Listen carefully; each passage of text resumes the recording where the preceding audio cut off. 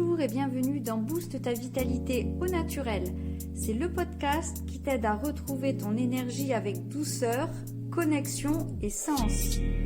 Aujourd'hui, j'explore avec vous une source de vitalité puissante, gratuite et souvent mal utilisée. De quoi s'agit-il? Le soleil. Alors comment profiter de la lumière naturelle pour booster son humeur sans tomber dans l'épuisement? C'est ce que je vous explique dans cet épisode. Je vais dans un premier temps vous faire un petit rappel sur le lien entre le soleil et l'humeur.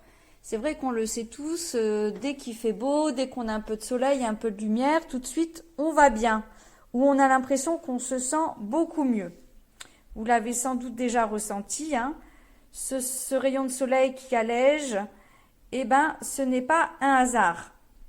Pourquoi? Parce que le soleil agit sur notre cerveau, sur notre énergie, sur notre équilibre hormonal. Donc la lumière naturelle va stimuler quoi? La sécrétion de sérotonine. Donc c'est important de faire ce rappel parce que la sérotonine, c'est une hormone très importante qu'on appelle aussi l'hormone du bonheur. C'est elle qui va réguler notre humeur, notre digestion, notre appétit, mais aussi notre résistance à la douleur. Donc par exemple, quand on s'expose à la lumière du jour, surtout le matin, notre cerveau reçoit ce message « Coucou, réveille-toi, sans alerte et sens-toi bien ». Mais ce n'est pas tout. Parce qu'en plus de sécréter de la sérotonine, la lumière du soleil, la lumière naturelle va influencer notre rythme circadien. Le rythme circadien, c'est cette horloge interne qui synchronise les cycles veille-sommeil. Donc c'est avec la lumière du jour que ce cycle est équilibré sur 24 heures. Alors par exemple, quand le soleil se lève et que les premières lueurs s'installent dans une pièce, dans notre chambre par exemple, cela c'est un signal pour notre corps qui nous dit que c'est le moment de se mettre en route, de se mettre en action. Et puis pareil, en soirée par exemple, quand la lumière du jour diminue, on a le signal qui se produit dans notre corps. On va sécréter cette hormone qui s'appelle la mélatonine, qui est l'hormone qui permet de mieux s'endormir. Et donc, cette hormone, elle va réguler, elle va permettre à notre sommeil de s'installer.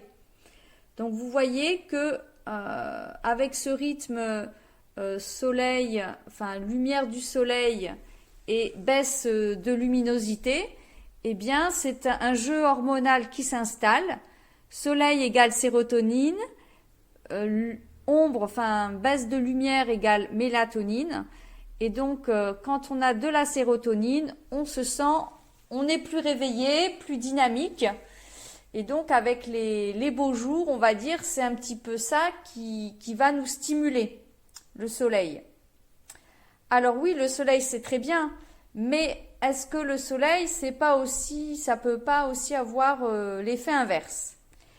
Oui, effectivement, car même si le soleil va nous aider à être plus dynamique, quand on est trop exposé ou quand on a une mauvaise gestion de la lumière, cela peut avoir une incidence sur notre fatigue.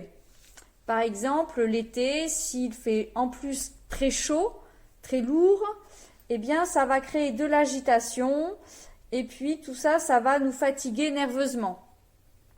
Résultat, on va avoir plus de stress, on sera plus irritable et puis notre sommeil sera loin d'être au top. On va avoir des troubles du sommeil, voire même de l'anxiété. Donc voilà, la lumière du soleil est importante pour plus de vitalité, mais une surcharge d'exposition, surtout s'il fait des chaleurs suffocantes, cela peut avoir un effet inverse. Alors, comment profiter du soleil de façon intelligente?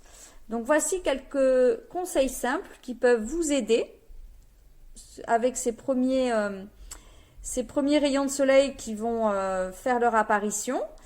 D'abord, ce que je recommande, c'est de s'exposer à la lumière matinale à partir de 8h jusqu'à 11h, enfin avant que les gros rayons du soleil n'arrivent. Donc 8h, 11h, c'est le meilleur moment pour activer la sérotonine dans le corps et bien régler notre horloge interne.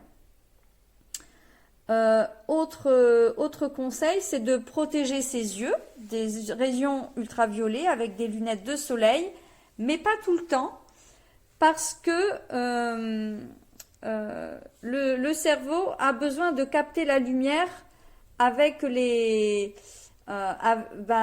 récepteurs qu'on a dans les yeux. Donc si on a tout le temps des lunettes de soleil, eh bien on va avoir un petit film, on va dire, on ne sera pas stimulé autant que l'on pourrait. Donc protéger ses yeux, oui, mais savoir enlever les lunettes aussi pour que le cerveau puisse être stimulé par la lumière. Un autre petit conseil, c'est de faire des pauses à l'ombre, par exemple en milieu de journée, surtout après le déjeuner, après le repas de midi, et ce jusqu'à 16h, surtout si on est en vacances. Donc faire des petites pauses à l'ombre, ça c'est très bénéfique parce que ça évite de surchauffer le corps et de s'épuiser physiquement ou mentalement.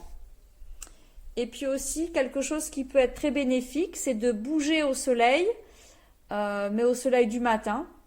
Par exemple, avec une marche douce, de la méditation, quelques exercices de réveil musculaire.